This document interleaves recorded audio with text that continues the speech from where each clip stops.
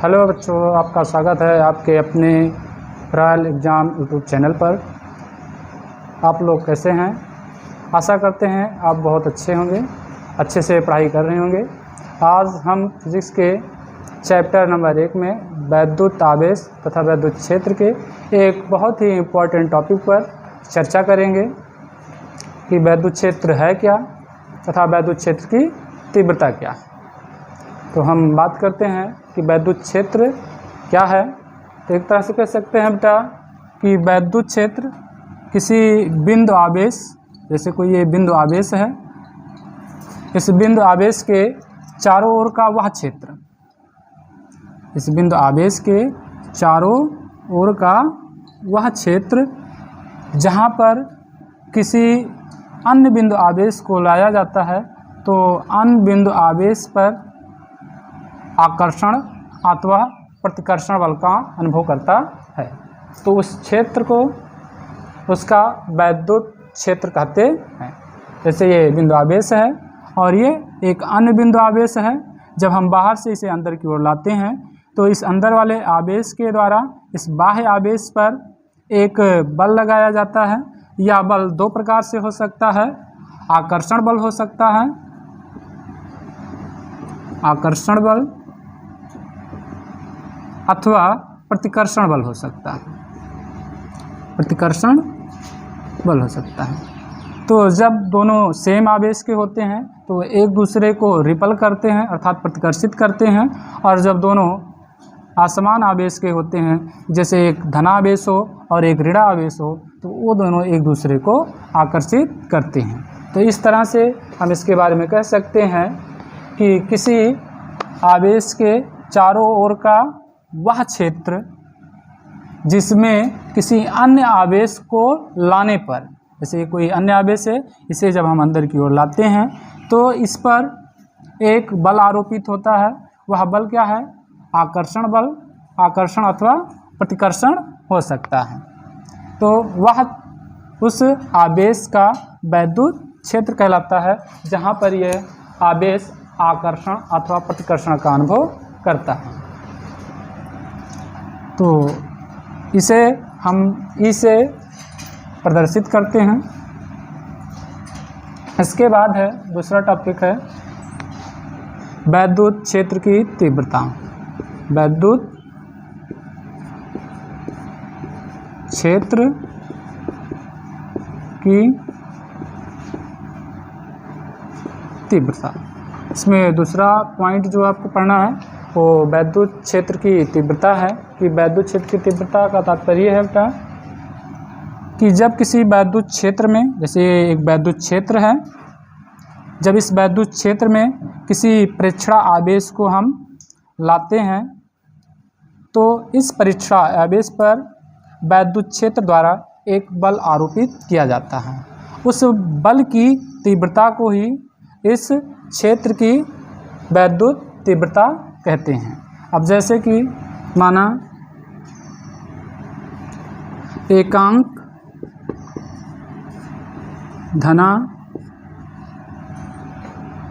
आवेश पर एकांक धन परीक्षण आवेश, धन परीक्षण आवेश पर लगने वाले बल की तीव्रता, यानी जो ये वैद्युत क्षेत्र है, इस वैद्युत क्षेत्र के द्वारा जो एकांक धन आवेश Q0 है, इस पर जो बल की तीव्रता होती है, बल की तीव्रता, लगने वाले बल की तीव्रता को ही उस क्षेत्र की एकांक धन परीक्षण आवेश पर लगने वाले बल की तीव्रता को ही वैद्युत क्षेत्र की तीव्रता कहते हैं। तीव्रता कहते हैं।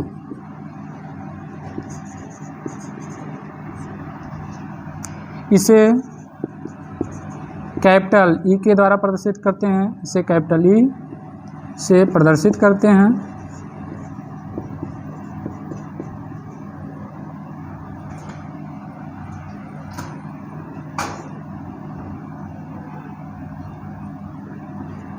से करते हैं। तो वैद्युत क्षेत्र की तीव्रता जो होती है E इक्वल टू इस एकांक धनावेश पर लगने वाले बल के बराबर होता है। तो E इक्वल टू होता है F/Q0, जहाँ F क्या है, इस वैद्युत क्षेत्र के द्वारा धन परीक्षण आवेश पर लगाए गए बल की तीव्रता है। F लगने वाला बल है,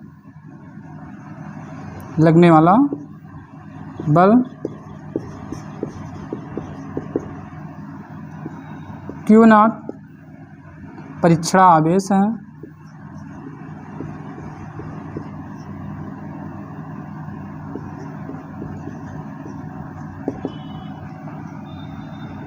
इसका जो वैद्युत क्षेत्र E है, इसका मात्रक, वैद्युत क्षेत्र E का मात्रक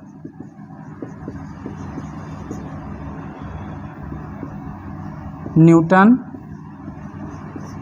प्रति कूलम होता है।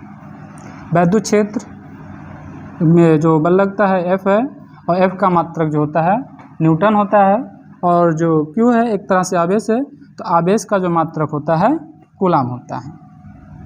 यह एक सदिश राशि है, यह एक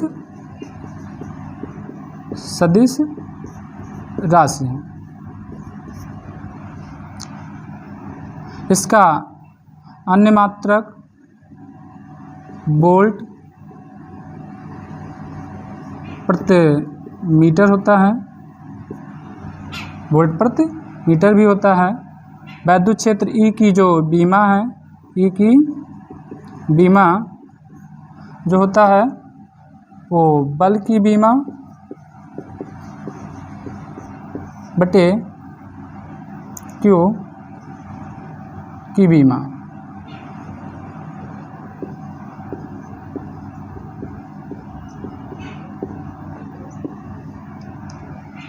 और जो बल है, अगर बल की बीमा पता ना हो तो हम यहाँ से जानते हैं कि बल इक्वल टू क्या होता है, M इंटू ए होता है। M को कैपिटल M के द्वारा डिनोट किया जाता है। A जो है त्वरण है, और त्वरण का मीटर पर सेकेंड स्क्वायर होता है, इसलिए मीटर को हम L से डिनोट करते हैं, और सेकंड पर स्क्वायर है, तो इसलिए इसका जो हो जाएगा -T⁻2 हो जाएगा, क्योंकि सेकंड को T से रिप्रेजेंट करते हैं। तो यहाँ से आपको बल की बीमा मिल जाएगी F इक्वल टू mL/T-2। दूसरा, यहाँ Q जो है आवेश को प्रदर्शित करता है, तो आवेश इक्वल टू धारा I इक्वल टू होता है I इक्वल टू Q/T होता है। तो यहाँ से हम कह सकते हैं Q equal to IT। I जो है धारा है, और धारा को A से डिनोट करते हैं, इसका मात्रक एम्पियर होता है, इसको A से रिप्रेजेंट करते हैं, और ये टाइम है सेकेंड, इसलिए इसे T से प्रदर्शित करते हैं। अर्थात Q की बीमा जो होगी वो 80 हो जाएगी।